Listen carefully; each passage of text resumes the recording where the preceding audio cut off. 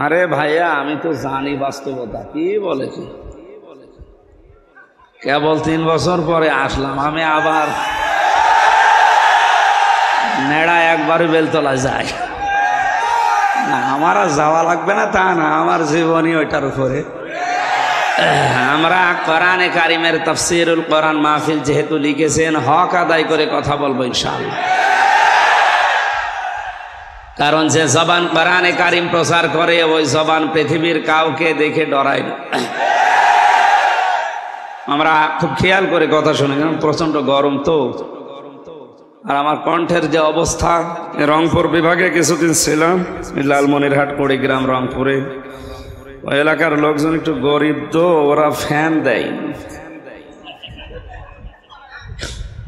দিনের বেলায় মাহফিল ছিল, শরীরে ঘাম বসে গলা বসে গেছে, যেন কষ্ট হচ্ছে কথা বলতে।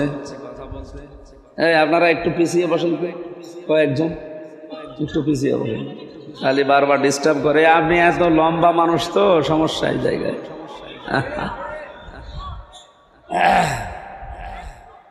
সম্মানিত ভোলাবাসী,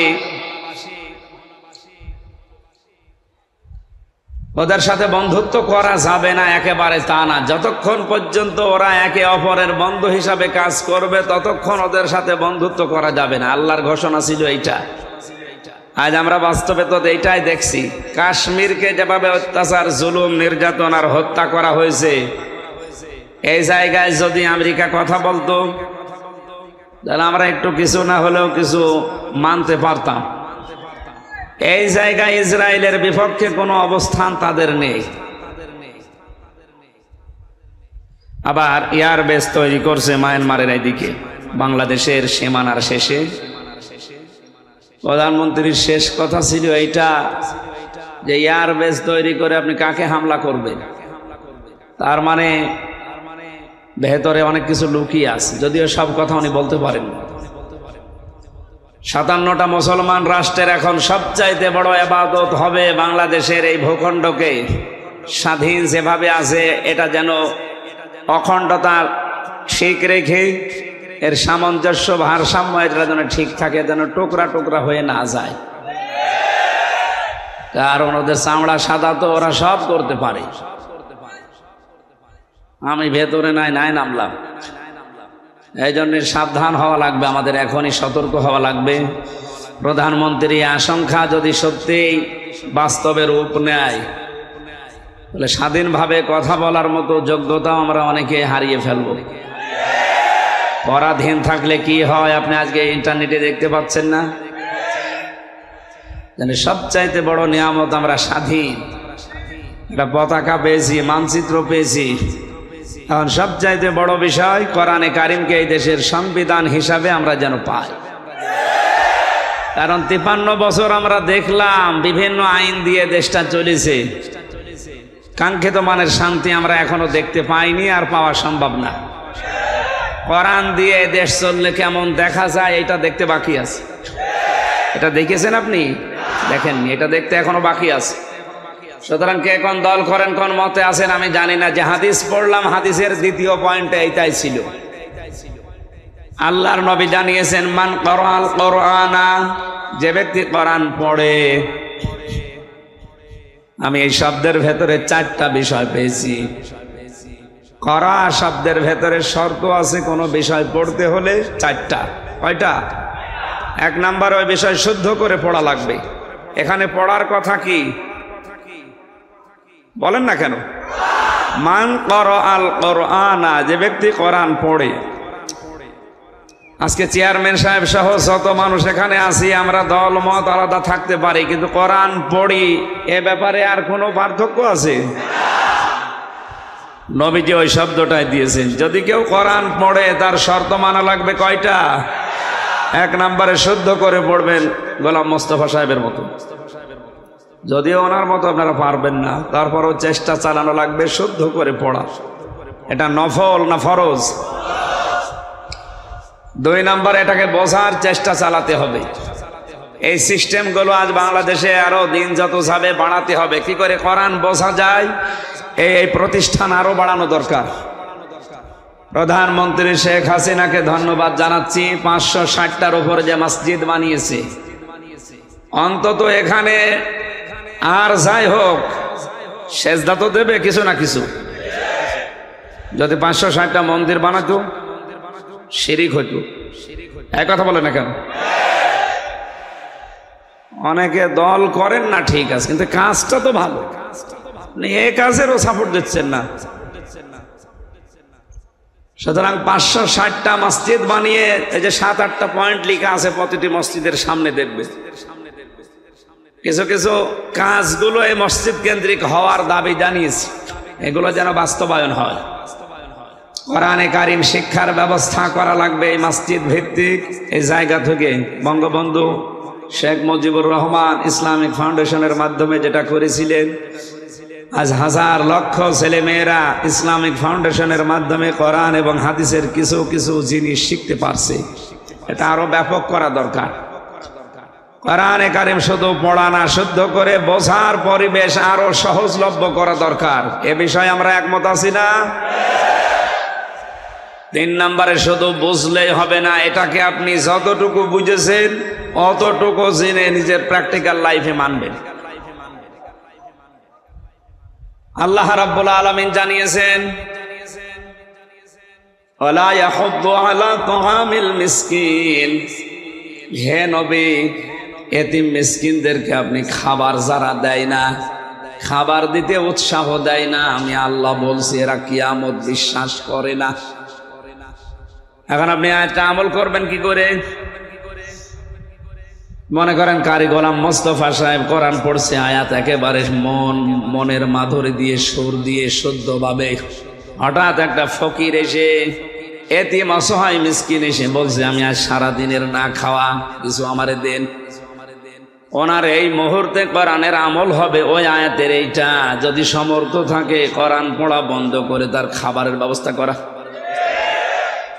আর এইটা না করে ওনার গলায় সুর আছে, যদি সুর আরো বাড়িয়ে দেয়, ওয়ালা ইয়াহুব্বু আলা তুআমিল মিসকিন, হয়তো প্রতিটি অক্ষরে 10টা করে নেকি হবে, মাস্ট বি হবে, কিন্তু আজ যে উদ্দেশ্যে নাজিল হয়েছিল উদ্দেশ্য পারপাস আদায় হবে না। এই জন্য ওনার উচিত হচ্ছে ওই আয়াতটা পড়া এখনই বন্ধ করে সমর্থ থাকলে কি করে তার খাবারের ব্যবস্থা নিজে করা যায়। যদি নিজে না পারা যায়, যেন উৎসাহ উদ্দীপনা মানুষকে দিয়েও ব্যবস্থা করা যায়। তাহলে কোরআনের আয়াত শুদ্ধ করে পড়া, এটা বোঝা এবং এর উপরে নিজের জীবন সেট করা, আমল করা। 4 নম্বরে যতটুকু জানবেন এতটুকু যেন মানুষ আমল করতে পারে, ওই পরিবেশ তৈরি করে দেওয়া। আরে পরিবেশ তৈরি করতে হলেই পরের শব্দের দিকে তাকান। মান করাল কোরআন বলার পরেই নবীজি বললেন ফাস্তাজহারাহু, কোরআন পড়ার পরে কোরআনকে যারা এজহার করার চেষ্টা করে, এজহার মানে আরে ভাই তো নুন সাকিন আর মিম সাকিনের কায়দা স্পষ্ট। এজহার মানে এখানে যেটা নবীজি জানাতে চেয়েছেন, আমি 33টার উপরে অর্থ পেয়েছি এজহারের। এজহার মানে স্পষ্ট করা, এজহার মানে খুলে ফেলা, এজহার মানে প্রকাশ করা, এজহার মানে দাঁড় করানো, এজহার মানে কায়েম করা, এজহার মানে বিজয় করা। কোরআন যারা পড়বে আর কোরআনকে বিজয় করার জন্য যারা দুনিয়ায় চেষ্টা চালাবে। দ্বিতীয় পয়েন্টের এই শব্দের অর্থ করতে গেলে অনেক মানুষ না বুঝে মন খারাপ করতে পারে। এই যে না বুঝে যে মন খারাপ করতে পারে, এই শব্দকে আমি বানালাম। বলেন 1500 বছর আগে কোরআনে কারিমে আল্লাহ জানিয়েছেন, হে নবী কিতাবুন উনজিলা ইলাইকা ফালা ইয়াকুন ফি সাদরিকা হারাজুম মিনহু লিতুনযিরা বিহি ওয়া যিকরা লিল মুমিনিন। আল্লাহ পাক বলেন, এই একটা কিতাব যেটা আপনাকে আমি দিয়েছি, শুধু চুমা খাবেন আর মাথার উপরে রেখে দেবেন। বলেন না, ইয়াতের মূল লক্ষ্য যেটা আমি অনেকগুলো তাফসির এক জায়গায় মিলিয়ে সমন্বয় করে যেটা আমার বুঝে এসেছে, দেখেন তো বাস্তবে মিলে কিনা। আল্লাহ পাক বোঝাতে চেয়েছেন, নবী আপনি এই কোরআনটা পাওয়ার পরে জাতিকে আপনি এইটার মাধ্যমে সতর্ক করবেন, আর এটা সতর্ক করার সময় আপনার মনের ভেতরে যেন কোনো সংকীর্ণতা কাজ না করে। হারাজন শব্দের ব্যাখ্যা আছে দুইটা। এক নম্বরে, কোরআন দিয়ে যখন আপনি উপদেশ দিতে যাবেন জাতির সামনে, আপনার সামনে এমন এমন মানুষ বসা থাকবে তারা আপনার কোরআনের বক্তব্য না বোঝার কারণে মন খারাপ করতে পারে। এ ধরনের মানুষ দেশে নেই। দুই নম্বরে, এই ভোলা দ্বীপে হাজারো বছর ধরে আবহমান কাল থেকে এমন এমন নিয়ম নীতি এবাদত মনে করে মানুষ পালন করে আসছে, আসলে যেটা এবাদত না। এবাদত হওয়ার জন্য আল্লাহর হুকুম লাগবে, রসুলের তরিকা লাগবে। কথা বলেন না কেন? আমি আপনি যতই ভালো মনে করে আন্দাজে একটা কিছু বানিয়ে নিলাম, এবাদত হবে না, জীবনও না। এবাদত হওয়ার জন্য শর্ত হচ্ছে আল্লাহর হুকুম, রাসূলের তরিকা। আমাদের দেশে অনেক জায়গায় আমরা এটা দেখি, আল্লাহর হুকুম হয়তো আছে কিন্তু রসুলের তরিকা নেই, তরিকা আছে বাবার।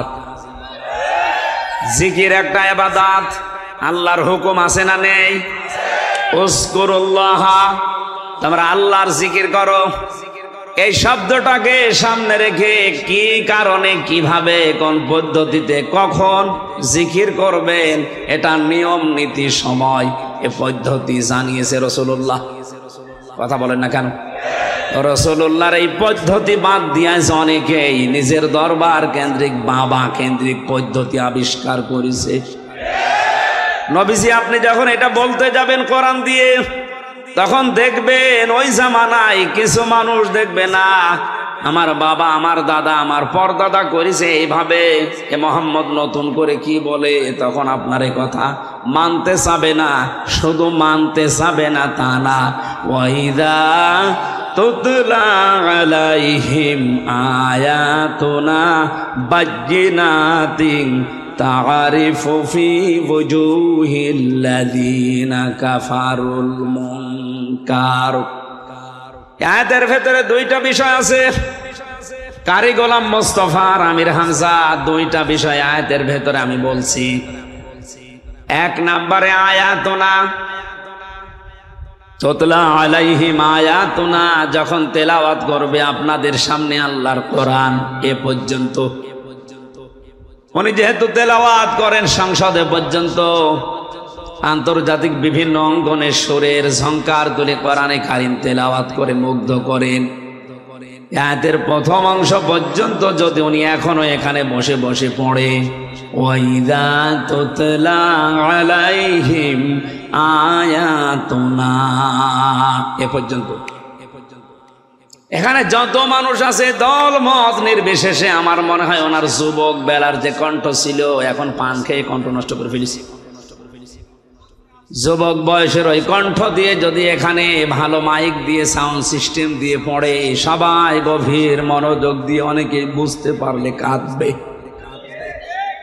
পরবর্তী শব্দ যেটা, ওটা উনি হোক আর আমি হই, বাজ্জিনাত, স্পষ্ট দলিল আর প্রমাণ যেগুলো উনি এতক্ষণ পড়েছে, ওর ভেতর থেকে আল্লাহ যেটা বলতে চায়, যেটা শিক্ষা দিতে চায়, ওটা যদি আমি বাস্তব অভিজ্ঞতার আলোকে বলতে চাই, আল্লাহ বলেন, হে নবী, কোরআন যারা বিশ্বাস করে না ওরা শুধু চোখ থাকবে তা না, দেখবেন আপনাকে তেড়ে তেড়ে মারতে আসবে।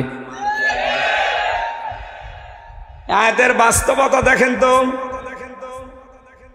হারাজন শব্দের ব্যাখ্যা যেটা আপনাদের শোনাচ্ছিলাম, কোরআনে কারিম যদি আপনি যুগের জ্ঞানের আলোকে, বাস্তবতার নিরিখে, সে মানধাতা বলে কি হয়েছে ওইটা না, এখন কি হওয়া দরকার সেইটা, এই অবস্থায় যদি কোরআন আপনি ব্যাখ্যা সহ, তাফসির সহ বিশ্লেষণ করেন, আপনি দেখবেন অনেক মানুষ আপনার কথা না বোঝার কারণে মন খারাপ করে বসে আছে। আমি যে ফাস্তা জাহারাহুর ব্যাখ্যা করলাম বিজয়ী, এখানে অনেক মানুষের ধারণা এজহার মানে স্পষ্ট করা, প্রকাশ করা। অবশ্য ঠিক আছে, বাকি যে 33টা অর্থ আমি অভিধানে পেলাম এর ভেতরে এজহার মানে বিজয় করা, এইটা যদি আপনি না নিয়ে শুধু স্পষ্ট নেন, আয়াতের হক আদায় হবে? বলেন। কোরআন এবং হাদিসের যেই শব্দের অর্থ যেখানে সুন্দরভাবে সেট হয়, আপনাকে ওই জায়গায় স্থান কাল পাত্র ভেদে সেট করা লাগবে। আপনি যদি সেই 1500 বছর আগে, যখন কম্পিউটার ছিল না, মোবাইল ছিল না, ইন্টারনেট ছিল না, ওই সময়ও তাফসির লেখা হয়েছে, ফামাইয়ামাল মিসকালা যাররাতিন খায়রান ইয়ারা, এই আয়াতের তাফসির আপনি অন্তত 1200 বছর 1100 বছর আগে যারা লিখেছে ওগুলো নিয়ে আসেন। ওখানে লেখা আছে পৃথিবীতে কেউ যদি যাররা পরিমাণে ভালো খারাপ কাজ করে, কিয়ামতের দিন তাকে দেওয়া হবে। আপনি এইটা পাবেন। অন্তত 500 বছর আগের তাফসিরে এইটাই আছে। কিন্তু এখন আধুনিক তাফসির যারা লিখছে, এখানে কিন্তু দেওয়া হবে কথাটা নেই, কারণ এখানে আতায়াতু নেই। আতা মানে দেওয়া, এখানে আছে কি র। র শব্দের শাব্দিক অর্থ হচ্ছে চোখ দিয়ে দেখা, আর নাজারা মানে গবেষণা করে দেখা। ভাই আজকে আসার সময় একটা গজল, আমাকে একটা গান শোনাচ্ছিলেন গাড়ির ভেতরে মাওলানাদের নিয়ে, যদিও আজকে উনি রিলিজ করার কথা বলেছেন, এখানে বলেননি কেন? বলতে পারতেন। আজ হাজার হাজার ভণ্ড আলেমরে মুখোশ উন্মোচন হয়ে যেত। আমি যতটুকু শুনলাম অনেক সুন্দর এবং বাস্তব ধর্মী, এটা গবেষণা করে করে বানিয়েছে, বাস্তবতার সাথে মিলে সব সময় চলাফেরা করে এই জন্য। সুতরাং নাজারা মানে ওনার ওই গজলটার যদি ব্যবহার করেন কেউ, তাহলে নাজারা দেওয়া লাগবে, ওটা গবেষণা ভিত্তিক। আর যদি কেউ চোখ দিয়ে কিছু দেখেন, ওখানে নাজারা না, ওখানে দেওয়া লাগবে র। ওখানে কি দেওয়া লাগবে? এখানে আল্লাহ রাব্বুল আলামিন ইয়ারা শব্দ দিয়ে জানিয়েছেন আপনি কিয়ামতের দিন চোখ দিয়ে দেখতে পারবেন। দুনিয়াতে যদি যাররা পরিমাণে ভালো খারাপ কাজ যাই করেন, ভোলাবাসী একটু খেয়াল করে মিলান তো, 500 বছর আগে যখন কম্পিউটার তৈরি হয়নি, ইন্টারনেট ছিল না, ফেসবুক, মোবাইল, ভিডিও ক্যামেরা ছিল না, ওই সময় যদি কেউ তাফসির করে মানুষকে বোঝাতো, আপনি যা যা করছেন এগুলো কিন্তু ভিডিও ক্লিপ আকারে দেখানো হবে, আমার মনে হয় এ জমানায় কেউ বিশ্বাস করতো না, আর বলতো এ হামজা পাগল হয়ে গেছে। এক কথা বলেন না কেন? কারণ একটা জিনিস অতীত হয়ে যাওয়ার পর ওইটা যে আবার দেখা যায়, এই সিস্টেমই তখন মানুষের জানা। কিন্তু এখন এই ভিডিও ক্যামেরা হওয়ার কারণে এই যা হচ্ছে, এটা যদি 20 বছর 50 বছর পরে আবার এইভাবে দেখতে চান, কোথায় আমি আঙ্গুল উঁচু করেছি এইটা দেখা যাবে না। কথা বলে না কেন? এই জন্য আল্লাহ আরো দিয়েছেন, এই পৃথিবীর ময়দানে আপনি কাউকে যদি চড় এভাবে উঁচু করেন, মারেননি, এভাবে উঁচু করেছিলেন, ওইটাও কিয়ামতে আপনি দেখতে পাবেন। এজন্য স্থান কাল পাত্র ভেদে দিন যত যাবে, বাস্তবতার নিরিখে কোরআনের মুজিজা দিনের সাথে যত মিলবে, তত আরো আশ্চর্য বের হবে। মানুষ কোরআন বিশ্বাস করা এবং বোঝা এ মানুষের জন্য সহজ হবে। এজহার মানে তাহলে এখানে নেওয়া লাগবে শুধু স্পষ্ট করা না, শুধু প্রকাশ করা না, এখানে আধুনিক ভাবে এখন নেওয়া লাগবে এজহার মানে বিজয় করা। কারণ আমরা দেখতে পাচ্ছি এখন বর্তমান বিশ্বে কোনো বিষয় যদি বিজয়ী না থাকে, বিজয় বেশে যদি কোনো বিষয় না আসে, তাহলে ওই বিষয়ের সুফল পাওয়া যায় না। এই জন্য হাদিসের 3 আর 4 নাম্বার পয়েন্টের দিকে তাকান। নবীজির কথা কিন্তু প্রত্যেকটা গবেষণামূলক। আমাদের মতো তো বাঁচাল না, আন্দাজে উঠে নাচানাচি করলাম। কথা বলে না কেন? নবীজির প্রতিটি কথার পেছনে যুক্তি ছিল, আর এক একটা কথাই লক্ষ লক্ষ কোটি কোটি কথা লুকিয়েছিল। যত গবেষণা করবেন, টান দেবেন, তত বের হবে। আল্লাহর নবী প্রথম 2টা কথা বলার পরে ফা শব্দ লাগিয়েছেন। এখানে আরবি গ্রামার যারা জানে জিজ্ঞাসা করেন, ফা 19টা অর্থে ব্যবহার হয়। একালে যে বরিশালে আদর করে এক এনএসআই অফিসার আমার দই খাওয়িয়েছে, খাওয়িয়ে মুসিবতে ফেলে দিয়েছে। দই না খাওয়ায় ভালো ছিল, ওনার মন রাখতে গিয়ে দই খেয়ে আমার গলাটা আরো ব্যথা হয়ে যাচ্ছে। ভোলাবাসী, এখানে প্রথম শব্দটা নবীজি কারাল কোরআন বলার পরে ফাস্তাজারাহু দিয়েছেন। কোরআন যদি বিজয়ী হয়ে যায় তাহলে হালালকে আপনি হালাল মানতে পারবেন, হারামকে হারাম জানার পরে ছেড়ে দিতে পারবেন।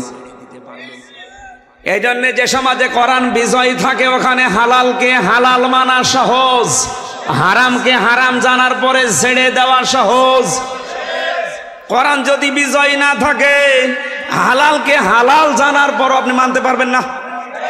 এরকম জায়গা দেশে নেই? এই কথা বলা লাগবে। হারামকে হারাম জানার পরও ছেড়ে দিতে পারবেন না। একটার সাথে আর একটা কেমন মিল দেখেছেন। এর পরের শব্দ তো আরো আশ্চর্য। আমি মনে করছি যারা আলেম আছে এখান থেকে অনেক তথ্য আপনি নিতে পারবেন। ফাস্তাজহারাহু দেওয়ার পরে ফাহাল্লা হালালাহু ওয়া হাররামা হারামাহু শেষ করেননি। নবীজি বলেন আদখালাহুল্লাহুল জান্নাহ, আল্লাহ তাকে জান্নাতে দিয়ে দিয়েছে। প্রশ্ন আসতে পারে আমি তো এখনো মারা যাইনি, আমার জান্নাতে দিল কি করে? অথচ এটা মাছের শিকা। এই কথা বলছেন এখানে অতীতের শব্দ নবীজি লাগালেন, আমি এখনো মারা যাইনি, তাহলে জান্নাতে পৌঁছালাম কি করে? মুহাদ্দিসিন ইকরামে হাদিসের ব্যাখ্যা করতে গিয়ে আমি এর আগ পর্যন্ত বুঝতাম না। জেলখানায় 3টা বছর আমি কওমি মাদ্রাসার প্রায় 76 জন আলেমের সাথে পাশাপাশি ছিলাম। বিশেষ করে মাওলানা মামুনুল হক, এই লোকটার আরবি গ্রামারের উপরে বড় দখল আছে। এত সূক্ষ্ম সূক্ষ্ম বিষয় বিভিন্ন আয়াত থেকে হাদিস থেকে বের করতে পারে, যেটা আমি বিশ্ববিদ্যালয় শেষ করেও পাইনি। কারণ ভার্সিটিতে যারা ক্লাস নাই এত সূক্ষ্ম বিষয় ওনাদের মন নেই, আর ওনারা মাত্র 40-45 মিনিট ক্লাস নাই, কি দেবে? আর এখানে 3 বছর ওনার রোমে আমি একাধারে একসাথে ছিলাম। 24 ঘন্টায় ওনার সাথে আমি দেখেছি সূক্ষ্ম কিছু বিশ্লেষণ ওনার কাছে আমি যেটা পেয়েছিলাম, তার ভেতরে আদখালাহুল্লাহুল জান্নাতা। আগের বর্ণিত এই 4টা শব্দ যদি সত্যিই কোনো ব্যক্তি, পরিবার, সমাজ আর রাষ্ট্রে মেনে নিতে পারে, সে যেন বিশ্বাস করে নবীর এই কথা যে সে জান্নাতে আছে। 4টা শব্দ কি? কোরআন পড়বে, 4টা শর্ত আদায় করে কোরআনকে ইজহার করার চেষ্টা চালাবে, বিজয়ী করার জন্য চেষ্টা করবে। এখন যদি বলেন কোরআন বিজয়ী যদি না হয়, না হোক, কোরআন বিজয় করে দেখাতে হবে, এটা ফরজ না, চেষ্টা করা ফরজ। কারণ এটা পৃথিবীর যত ভালো কাজ আছে সবচাইতে ভালো কাজ এইটা। আমি এটা বানিয়ে বললাম? বলেন। কোরআনে কারিমে আল্লাহ জানিয়েছেন যালিকুম খায়রুল লাকুম ইন কুনতুম তা'লামুন, এইটাই ভালো কাজ যদি তোমরা জানো। কোনটা? এর আগে আমার আল্লাহ যে কথাগুলো দিয়েছেন এই কথাগুলো শোনেন, আর এর বিপরীতে কিছু কথা আমি বলছি, ওগুলো 2টা আপনি পাশাপাশি রেখে মিলাবেন। আল্লাহর কথা, নবীর কথা যে কত বাস্তব, আপনি এখনই ঈমান যাদের আছে আরো তাজা হয়ে যাবে। আর যাদের ঈমান নেই আবু জেহেলের মতো এ কথা শুনলেই তাদের শয়তানি বাড়বে। শয়তানি যাদের বাড়বে ওদেরটা আগে বলি? হ্যাঁ, না না, পরে চলে যায়, যাক, আগে আমি একটু বসিয়ে রাখি। আদখালাহুল্লাহুল জান্নাহ বলার আগে যে 4টা শব্দ নবীজি লাগিয়েছেন হাদিসে, আপনি সত্যিই নিরপেক্ষ দৃষ্টি দিয়ে যদি মিলান, কোরআন পড়বো আমি, কোরআন ইজহার করার জন্য, বিজয় করার জন্য আজকে থেকে চেষ্টা চালাবো, এটা যে নফল কাজ না, সুন্নাত কাজ না, এটা যে ফরজ, ওয়াজিব।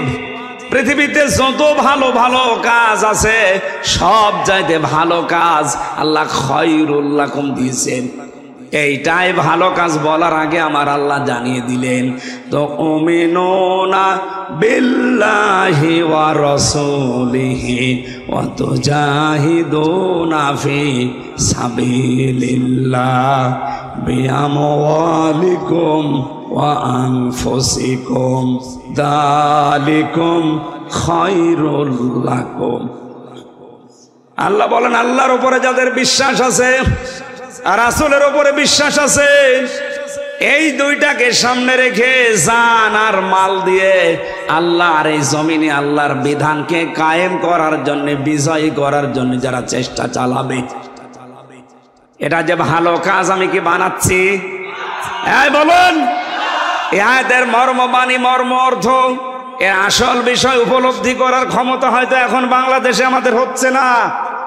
কিন্তু যাদেরকে আপনি আদর্শ বলে প্রচার করেন যে সাহাবীরা আমাদের আদর্শ, তাদের দিকে তাকান তো। হযরতে মুআয মুহাব্বিজ, ওনার এই আয়াত বুঝেছিল, এজন্য 11 বছর 13 বছর বয়সেও আল্লাহর দিন বিজয় করার জন্যে হাঁটুর উপরে, পায়ের উপরে, গোড়ালের উপরে ভর দিয়ে হলেও যাওয়ার চেষ্টা করেছে। আর আমরা এভাবে বুঝি না, এজন্য হাঁটুর উপরে না, গোড়ালের উপরে না, আরো কি করে পেছন টান মারা যায় সেই চিন্তায় থাকি।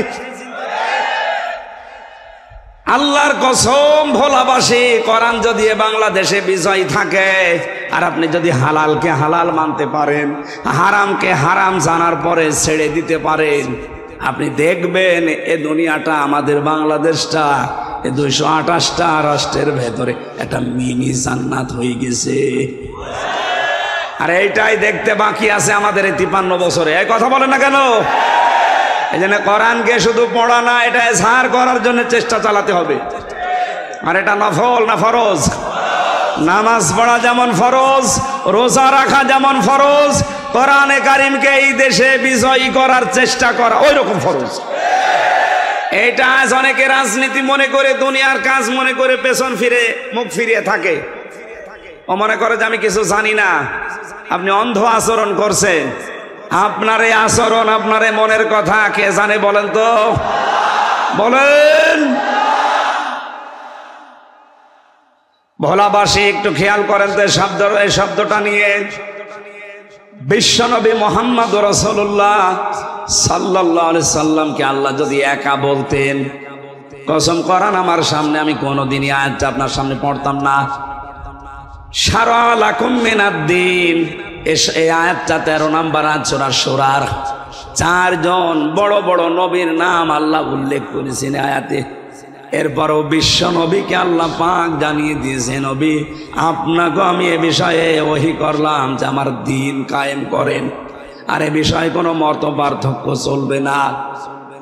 সুতরাং এই বাংলাদেশে যারা জামাত ইসলামী করেন, আওয়ামী লীগ করেন, বিএনপি করেন, তাবলীগ করেন, চরমনার মুরিদ করেন, আমি নিষেধ করছি না, কিন্তু আপনার জীবনের টার্গেট যেন এটা থাকে যে আল্লাহর কোরআন কি করে বিজয়ী হয়।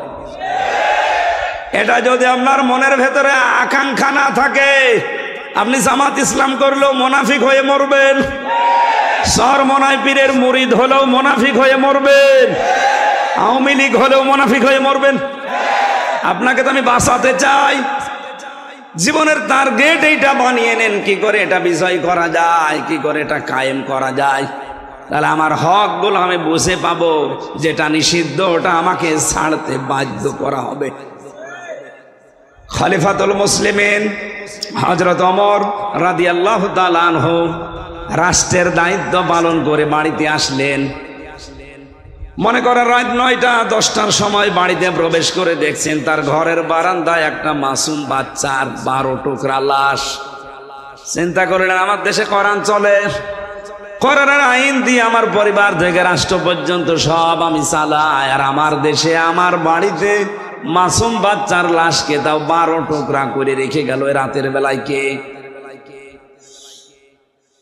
তদন্ত কমিটি গঠন করলেন। 3 দিন পার হয়ে গেল, কোনো রিপোর্ট আসে না। ওনার খাওয়া দাওয়া বন্ধ হয়ে গেছে।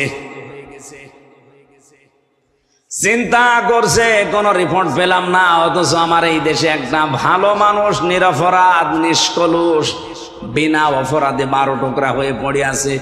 মাসুম বাচ্চা তো কোনো গুনাহ নেই। কে করলো এই কাজটা? রিপোর্ট যখন কেউ দিতে পারে না, ওনার চিন্তায় খাওয়া দাওয়া বন্ধ হয়ে গেছে। কারণ পৃথিবীতে এসে যত বড় দায়িত্বে থাকে, কিয়ামতের দিন তার জবাব দেওয়া লাগবে অত বড়।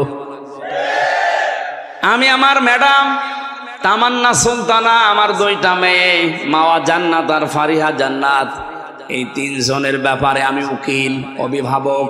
কুল্লুকুম রাঈন ওয়া কুল্লুকুম মাসউলুন আন রাইয়াতিহি। কিয়ামতের দিন এই 3 জনের ব্যাপারে আল্লাহ আমাকে জিজ্ঞাসা করবে।